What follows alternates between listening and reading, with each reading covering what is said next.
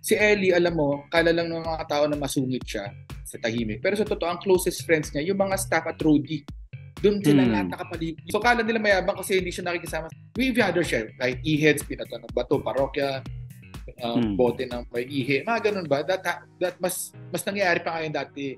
Tapos nung time naman na hip-hop and metal, kahit sila Francis ang binabaton. Pero eventually, the crowd learned na, uy, all types of music, respect.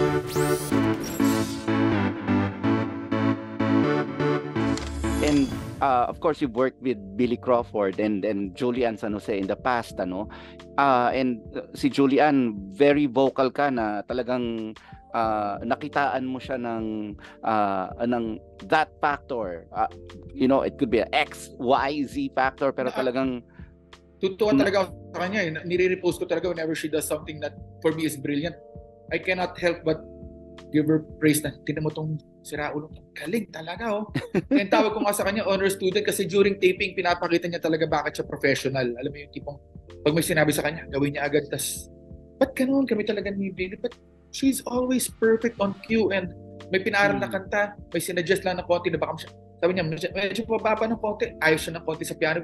Banat siya ng totally ibang melody. Sabi ko, iba talaga tong batang. Talagang yabang, nakakainis. Ang galing eh. Sobrang galing. Ito, iyayabang ko rin kasi magkasama kami recently nung we were at an event sa Ambassador of Japan. Ngayon, ang sabi niya sa akin, Kuya Nelson, kagabi nilalagnat ako. Talagang sama talaga yung pakiramdam ko. I don't know how am I going to perform. Pagpanik ng stage, kumanta ng Voltes 5 song. Ala, sabi ko, ano yung may sakit dyan? Parang pak. Ganon. Totoo yan. Tas, professional talaga yung ganyan eh. Alam mo yung, like, she deserves kung ano siya, kung ba't siya kilala. Limitless star talaga. Galing talaga. Galing talaga. And I know what siya nagkasakit kasi sobrang lamig sa studio eh. Tapos binili nga kami ni Billy Crawford ng mga kumot to keep ourselves warm kasi talaga sobrang lamig. So naka-imagine ko pa kasi ako naka-coat, naka-jacket ako doon. Pero siya, ay, alam mo yung mga dress na medyo walang balikat. So parang, kawawa naman to, ginigano. Pero pag shoot talaga, galing. Pagka cut, lagay ko siya ng kumot, kinuha na. Tapos, yun, as you said, pinatunayan mo, may sakit siya. Pero pagdating sa stage, wala akong sakit, banat ako. Alam mo yun? Tapos, ngayon, after tumugtog, after kumanta, pagbaba, mag-collab siya. Galing, diba? Those are the artists that talagang mapapabilib ko na, kaya ikaw yan. Pero ngayon, vocal ka naman about Stel of SB19. Yeah. Anong nakita mo sa kanya? He's such a revelation talaga na, kasi I'm familiar with Billy, I'm familiar with Stel, and I'm Jules, and I'm familiar with SB19 but not as individuals, yung members. So, nung sinabi na may kasama kami from SB19, all I knew of him was member siya, one of the 5, parang ganun. Tapos, nung una, mga first meetings, medyo, karangalan po na makasama kayo. Ganun lang, the normal kid giving praises na masaya po kami nakasama dito. Pero nung as time went by, habang nagtitaping yung pag-progress yung taping, alam mo, sinabi ko talaga sa kanya, pare, ikaw yung bubugat ng show. Galing mo. Galing. Everything that he does is so funny or so sincere or parang basta wala akong masabi. Galing talaga niya. Tapos every small antic or magbibigay na siya ng something for the fans, na iikot na siya ng konti, magbigay ng konting dance move, napapapalakpak talaga, galing nitong batang to. Tapos aside from the talent, everything that comes out of his mouth, either matatawa ka or matutuwa ka how humble he is or how full of wisdom na wisdom na hindi matanda eh. Parang hindi alam mo yung pag nagbigay siya, parang such a good friend when he talks. Hindi yung matanda na nagbibigay na payo. It's just so sincere and tama. Parang gano'n na always work. Mga gano'n. I just find him amazing. And so deservingly so. Talagang pag pinapakita ko sa wife ko na panoorin mo to. Pag ganyan. I'm so proud that ganyan level. I can't come up with a song na ganun kaganda. And they consider themselves pop, pero mas rock pa yung tugtog nila kaysa sa akin. Tapos, I just think they're amazing. Talaga na. Can we talk about Gab? Kamusta na si Gab? I'm so happy to say na magla-last session na yata siya ng chemotherapy and everything looks fine. after ng next chemotherapy niya, after 1 month checkup, baka back to normal na lahat. I'm so happy. Gusto ko lang kunin yung opportunity na ito, magpasalamat. If anyone's nakikinig po na nagbigay ng tulong or kahit simple prayer, ay nako, sobrang laking bagay. Kasi talaga without them, wala na talaga si Gab ngayon. It was such a big help na overcome niya yan with the grabbing medical expenses. Nagtulong-tulong lahat. Even the Eraserheads, they helped out, and all the other bands, too many to mention. Even bands that we're not really associated with, na hindi namin ka-close, nalaman namin, nag-fundraising for Gab. We appreciate everyone so much. So ngayon, still praying though. Still praying. Ayoko magsara ng tornilyo na, ano bang term yun? Parang, just say, mag-finals na sabi na, he's good na in everything. I want to go through the process of really paging doctor na nagsabi na okay na, game na. Pero but he's on his way. Yeah, yun ang maganda. Yep. Nothing but good news every time in-update kami ng girlfriend niya, ng partner. Ganyan, Gabs, ganyan. Sobrang nakakatawa. Maswerte siya kasi meron siyang katulad mong kaibigan. Oh, not just me. Talaga mga ka-bandmates ko, nag-put in sila ng so much effort. Di lang bandmates ko, bands like Kamikaze, kahit mukhang mga basagolera yung mga yun, talagang they made so many gigs all for Gab. We are surrounded with people that care for our band so much, not just Gab, for the whole band. Tapos, mas lalo na si Gab, nagulat siya na, dahil pa lang nagmamahal sa akin. Oo naman, parang hindi niya din alam yan kasi tahimik lang yan. Ang liit lang ng circle of friends niya, tapos kala niya wala siyang kaibigan masyado kasi tahimik lang yun. Alam mo yan, tingin niya sa sarili niya. Walang may pakialam sa kanya, steady lang. Well, gano'n naman yung mga bandmates ko. Hindi nila alam. They're not outgoing kasi masyado. They just stick to their friends na sila lang. Sabi mo kasi kanina yung nagta-transcend talaga yung camaraderie nyo, no, as a group. Kasi ako nagulat din ako recently, no, nung nagkaroon ng press ko ng Eraserheads. Sinabi nila na hindi raw sila ganun ka-close as we perceive them to be. Kayo rin ba? Kasi I understand pag sa banda, di ba, kanya-kanyang moods yan, kanya-kanyang ego yan, kanya-kanyang what have you. Pero sa parokya ni Edgar, is that the same, knowing na parang ang tingin sa inyo ng mga tao kasi mga rock stars kayo eh? Una sa E-Heads, gusto ko na explain just so people would have an idea kung ano yan. They're friends enough to work together. Pero after ng gig, si Buddy may sariling circle of friends yan. Si Raymond, doon niya sa mga musician friends niya. Si Ellie, alam mo, kala lang ng mga tao na masungit siya sa tahimik. Pero sa totoo, ang closest friends niya, yung mga staff at roadie, doon sila lahat nakapaligid. So kala nila mayabang kasi hindi siya nakikisama. Kumbaga, they just have their certain circle of friends each. Yeah. So when they work together, they're good, they're okay. Pero it's not like yan yung bestest friends nila. Parang ganyan. Gets mo? They are not the bestest. Yes. Hindi sila yung pinaka pag may problema ako sa asawa ko, hindi yung mga bandmates lalapitan niya, lalapitan niya yung mga barkada. And nakita ko talaga itong, again, si Buddy sobrang tahimik, para may sarili lang siyang circle of friends ng mga musikero. Tapos si Raymond talaga outgoing and with the kids to play bands and dami niyang banda. Kaya dami niyang banda kasi dami niyang kaibigan. Tapos si Marcus may sarili lang siyang mundo sa surfing niya, parang gano'n. Tapos si Ellie nga, ever since, alam mo yung mga staff nila nung 90s, up to now, yun pa rin yung staff niya as a solo artist kasi dun yun ang, for me, friendship talaga. Yun ang, when he says na, these are, hindi sila yung totoong kaibigan. I siguro mali lang yung wording niya, pero hindi, we're okay as bandmates, pero yung friends siya talaga. Alam mo, pag pumunta ka sa bahay nila nung time na nakakatambay ko, he'd be always surrounded with the staffs and roadie, and sila lang talaga yan. Up to now, sobrang loyal nila sa isa't isa. And that says a lot about him. Marami lang na-disappoint, hindi kayo magkakabarkada. With us naman, with Parokya, which I understand also why they're disappointed because they have this vision of E-Heads na sobrang magkakaibigan yan. Oo, sobrang close sila na parang magkakadikit na yung bituka nila. Mali lang yung wording siguro at saka hinipe. I don't know, maybe because of the concert. Ako, as a fan, inakbayan lang ni Ellie si Raymond, kilig na ako eh. Kasi alam ko history how they were bandmates, and sa sobrang close nila, nag-away-away na lang sila kasi and friends, that happens with real friends, right? Pero I guess may kanya-kanya silang circle of friends. I could only speak from someone who who's not in the circle, but I know because I'm a fan. I get to hang out with them. So, with Parokya kasi, more than anything talaga friends kami. Kasi our drummer, si Dindin, classmate ko ng prep pa lang eh.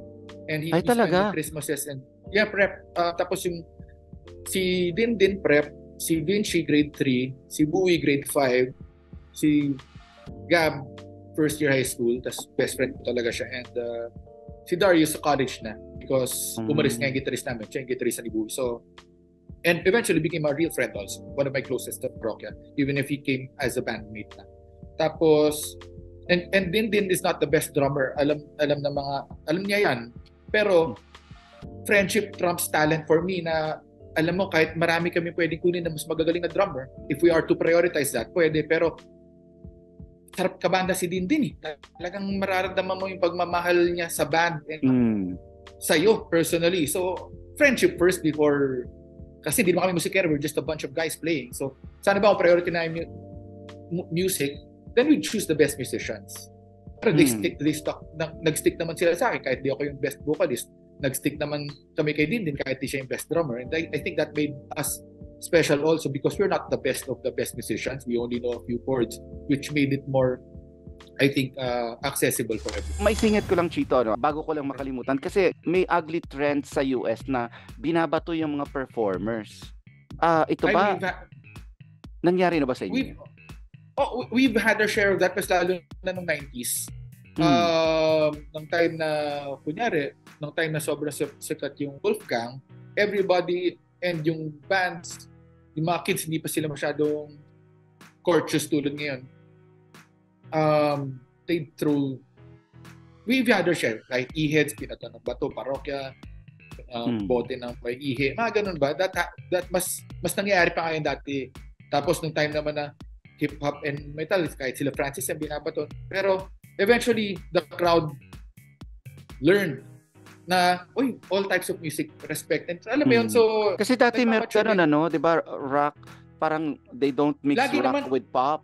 Parang ganyan. Una, metal with metal versus hip-hop, OPM versus top 40 ng Amerika. Lagi naman may inaaway, kunyari ang rock, parang ganun, rock. Ngayon, OPM versus hip-hop, lagi naman nilang pinaglalaban, pero sa totoo, pag tumanda na, okay na rin, wala naman. It's all about music, parang ganun. Kahit nga Apo Hiking, gumawa pa ng kanta against American OPM, diba? Parang they also had strong feelings against American Top 40, and it's normal, parang ganun, kasi you're on one side. Tapos, yung hip-hop versus metal, bigla pinaglalaban. Kahit ihead, sinuloko nila yung mga hip-hop versus metal, pero Francis M, they jammed with Francis M. Tapos, na-blur yung lines na, okay pala ang, alam mo yung nasasanay din yung mga tao. Oo. At saka it helps na eclectic na yung taste ng mga bata ngayon. Yes, exactly. Pero yung mga trends, lagi naman may stupid trend from not just US, pero everywhere na lagi may didilaan yung ice cream para may trend for the likes. To show one love for the band, you need to show your hate for the others. Na-realize na we could be fans of two bands or K-pop. Kaya yan yung in-educate ko din yung mga tao for those, not naman educate, I don't want to sound smart, no? Pero I'm making people realize also na those hating na about SB19, gaya lang naman sa Koreans yan eh, parang ganyan sa K-pop yan eh. Sabi ko, Parokya din naman, ginaya ko lang din ng E-heads, kaya kami doon nagsimula eh. Tapos yung E-heads, nakinig lang din ng Beatles yan, they're always influenced by someone else. Yes. And you start dressing pa.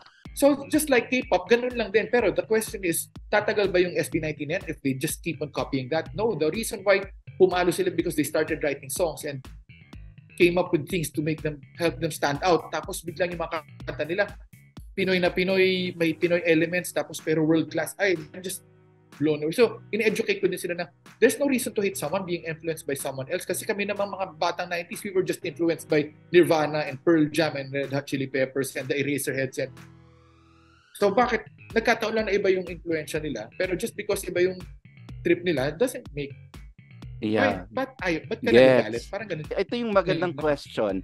How many times should a musician or a performer fail bago siya mag-decide na this career is not for me? Wala akong timeline for that, pero again, may mga kilala ko na artist na they've been doing it for so long. and they made it lang to reach their goal after so many years. Kumbaga, I'll just give you an example. Kunyari on December Ave, they've been playing for so long. Kaya sobrang respetado yan. Kasi ang tagal na nila tumutugtog underground, which they didn't stop because they were enjoying.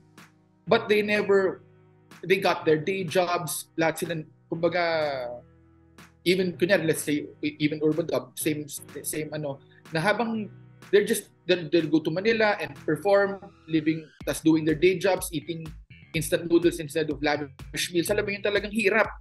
Because they're enjoying naman, pero meron silang goal to, tara, banat lang tayo. And eventually, they make it big and they never give up. Who am I to say na it's time for you to give up? Kasi walang time eh. Diba? Parang gano'n na malay mo, nandun na pala yung konti. But again, I don't want it to be the goal of a person when you try, kumbaga kung nagbabanda ka kasi or you want to, you're a musician, kaya lagi nire-remind that just have fun because the goal there is to have fun and to share the fun that yung emotion na gusto mo express. If you make it big, bonus na lang siya. Ngayon, kung ang pinaka-goal mo is to make it big, with na mas priority siya than having fun. If you make it big and you realize na it's not that fun, wala kang babalikan na saya sa ginawa mo eh. Parang totoo. Kasi, totoo. 'di ba? Totoo 'yun. Oh, yeah, sikat ka na. Tapos you realize it's not a big deal pala masyado. Yeah, I reached it na. It's fun when it starts, pero once you reach that point, ask yung mga lahat ng gusto sumikat, yun yung goal sumikat. Pero ask mo yung mga sumikat, it's not yung talaga sikat na, it's not the end all of everything eh. The most important thing is they enjoy. That's why a lot of artists who make it big fall into depression because ito na pala yun, and from there performing is not fun anymore. So wala na. So have fun because it helps with not giving up, and when you reach your goal of making it big or whatever, at least alam mo na enjoy yung ginagawa mo. There are times na may burnout, pero the fun part never gets old. Now, if it gets old, at least you had fun while you were doing it. Parang ganun lang. It makes it more simple lang for me. Alam mo, funny you should say that kasi marami na ako nakausap ng mga artists, no, nung nagsisimula sila. And marami na rin ako nasabihan ng ganito kasi pag tinanong ko sila, bakit gusto mong maging artista? Ang sinasabi lang, kasi gusto kong sumikat. So, parang sabi ko, you should have a bigger goal than to just be famous. Kasi, pag nakuha mo yun, pag sikat ka na, and it varies kasi, yung paano kung sa point of view mo, sikat ka na, sa ibang tao pala, hindi.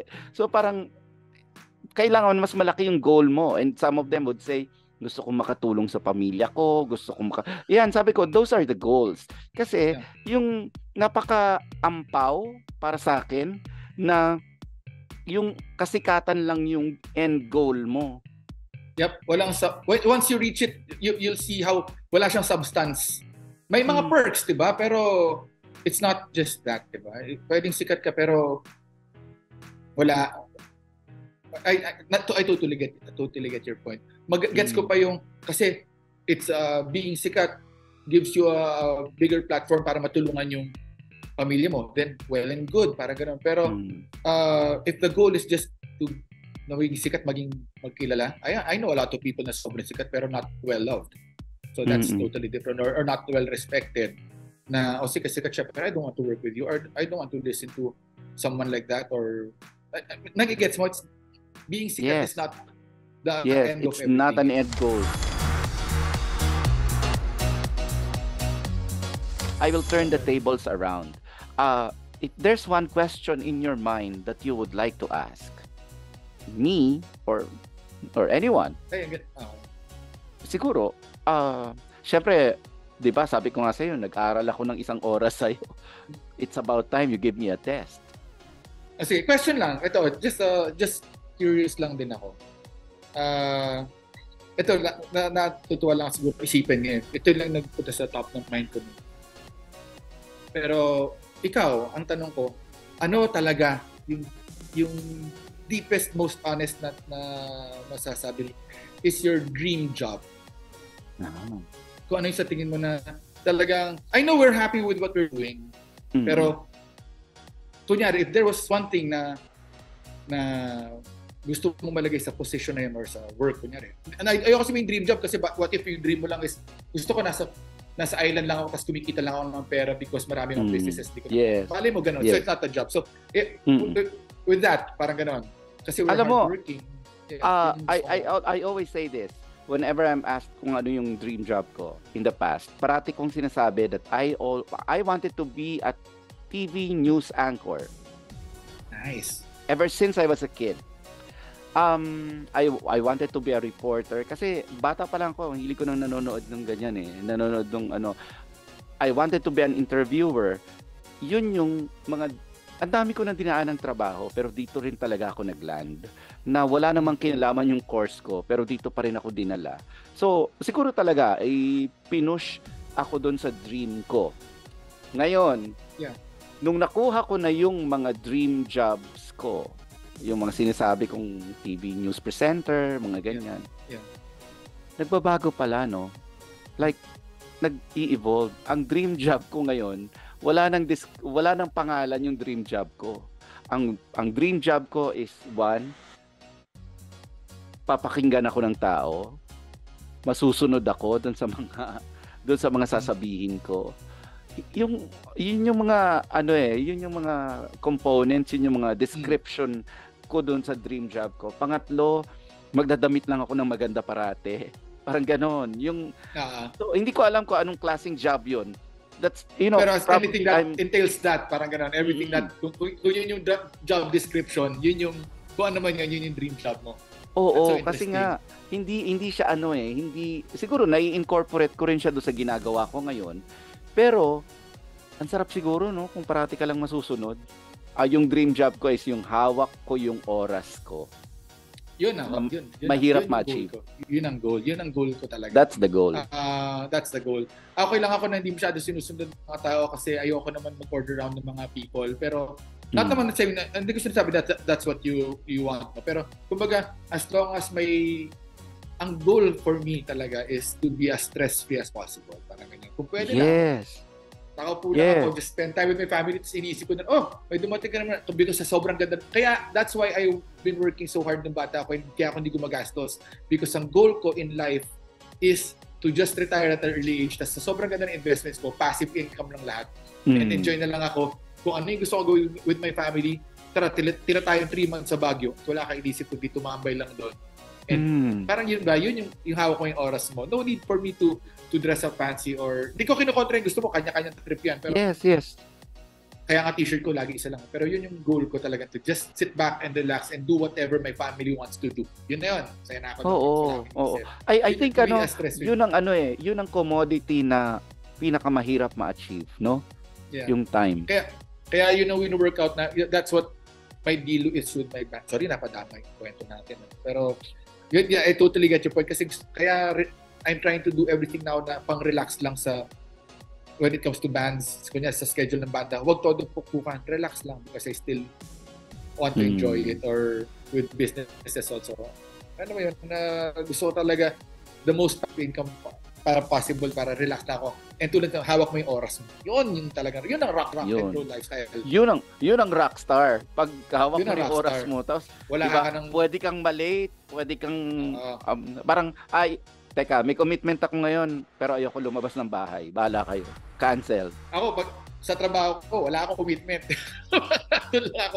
Relax lang ako. Pero syempre, I think life will get pretty boring also when we get there. Maghahanap ka pa rin ng something na will put you in a state of having a responsibility. Yun yung at saka yung doing what you love doing, no? Yung daily grind. Sa hardworking natin na nature, alam mo, mabakante ka lang ng mga 1 or 2 weeks, hahanapin mo pa rin, mas stress ka rin, so wala kang ginagawa. So pinakamatagal kong bakasyon, 1 linggo. Parang ang feeling ko, parang ano ba, kaya na akong trabaho. So I think we are where we should be. Really? Kasi kung anything beyond that, baga, hindi, nakikita, kunyari, sabi mo, we're explaining, makuha mo lahat yan, tapos wala ka nang ginagawa. Hindi na ganun kasaya because it gets boring . kunyari, could you imagine, sobrang yaman mo, hindi mo na iniisip kung ano yung gagastusin mo. Maganda yung meron ka pa ng drive to earn and because it makes your expenses a little bit more special than having so much money na bili ka ng yate, tapos wala nang joy na nakukuha because you did work. Chito, thank you very much. Thank You you. know, it has been a very enriching hour. I hope magkita tayo sa backstage ng The Voice Generation. Okay At po. least matuloy natin to kasi nabitin ako doon sa mga usapan natin. Parang ang dami-dami kong gustong tanungin sa iyo. Nahiya nga po, ang dami kong sinabi masyado, pero kayo na bahala, No. kaya niyo. Well, thank Kaya you niyo na. very much. Salamat Parang po. sabi ko nga sa'yo, para ako nakikinig ng isang masterclass eh. Hindi naman yung intention ko. It was just nakikipagkwentuhan lang. So thank you, pero thank you. I appreciate it. Thank you. I really appreciate it. Thank you very much. Salamat po.